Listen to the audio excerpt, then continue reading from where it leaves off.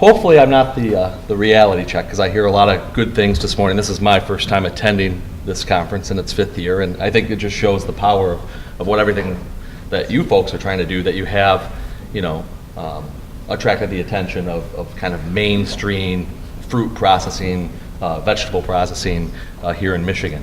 So I'm the president and general manager of Cherry Growers out in Grawn, Michigan. That's the plant located along US 31, kind of between Chum's Corners and Interlocking Corners.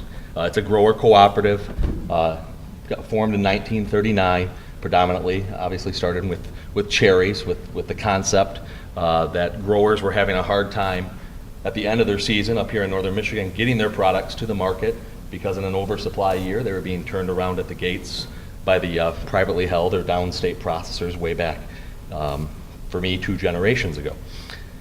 And they expanded, they were right along this area for many years until 1963, when the plant was established where it's currently located.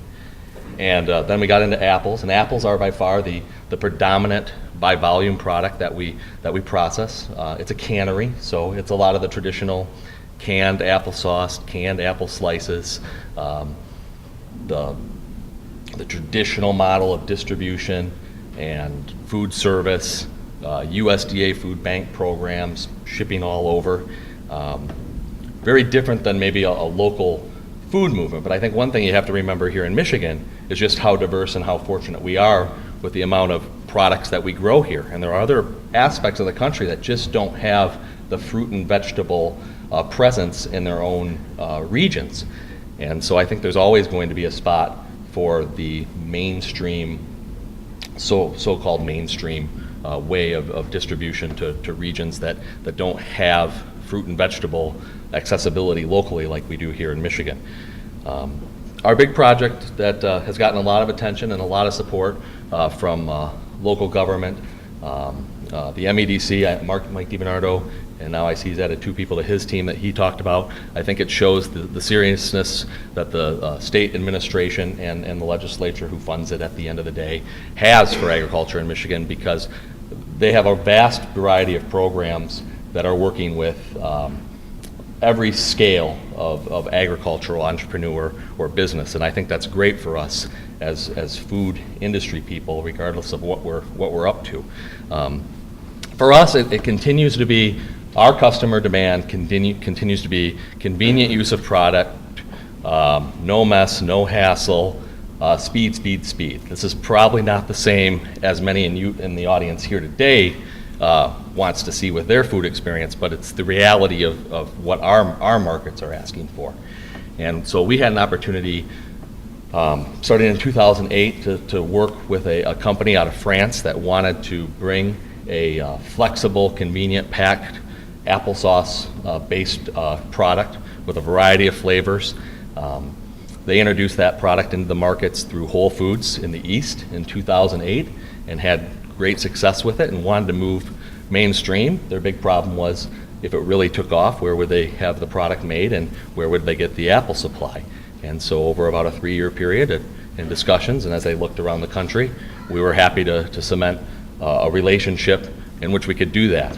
The first round of that expansion out here in Grawn resulted in about 90 new jobs created at the factory, which is pretty significant for the area and significant for us, as we had been a base of around 150 people. We then saw mass acceptance of the product. We're in the mass retailers, the Targets, the Walmarts, the Costcos, and about a year ago, it was evident that we were going to have to move again, or they were, due to their marketing situation. And so that was a real testing point of how far our growers and owners wanted to go out and venture with them and make a longer, larger project commitment, as well as with them on whether they wanted to put more of their basket in the agricultural products of Michigan. And the timing, the 3 days, the Monday we were going to announce this expansion was, of course, the Friday was the deep freeze in which it was going to result in what we feared at the time, a zero crop, which is pretty much what we unfortunately had in the world of cherries and apples and other commodities here in the state. But it was great that when we made that call and informed them that everybody was of the mindset this is a 1-year situation and that it wouldn't be the norm and that we could press on.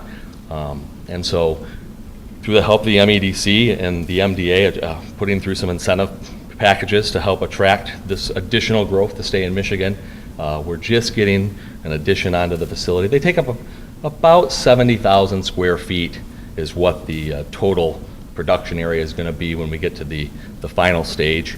And the second phase of growth is probably going to add right around 130 jobs on top of the 90 that were created. So we're going to have a campus out in Grawn that's moving from the 150 range to around 400, maybe not quite. And I think the other great thing for us is that that amount of production created a critical mass where we were able to bring in R&D people and the whole additional layer of support and add-on activities that go along with production itself.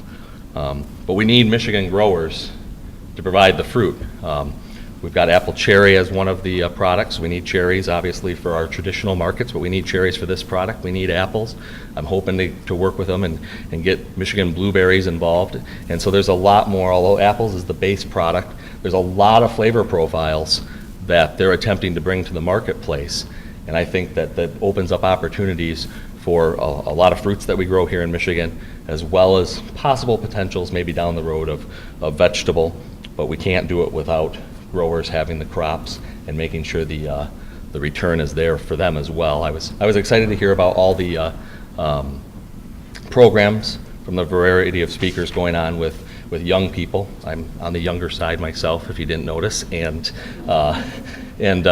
you know, I worry about, are we going to keep 1% of our population here in the country in farming, or is that number going to get even lower? And are we going to outsource farming to the rest of the globe? And I can't imagine that's a positive solution for us as members of the United States. So, but we've had a tremendous growth curve over the last 3 years, and hopefully that will continue. The market seems to be very happy. Some of the things we are seeing, though, that probably you all would recognize that's starting to happen in what I'd call the mainstream distribution is tremendous pressure on GMO. That's coming to the forefront with our customers on whether it's now the good news for us is apples and cherries aren't GMO, so we get through that very quickly, but it's definitely a discussion topic as the general consumer is looking at GMO as a situation they'd like to avoid. Added sugars is becoming, there was a time at our facility that there was practically corn syrup added to every pound of apple that was produced there.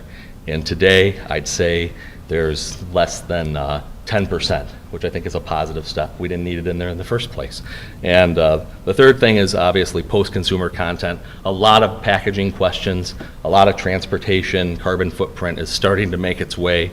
For many of you, these are probably topics from 5 years ago, and you've moved on to the next round, but for what's going on does eventually move into the general market. So thank you very much.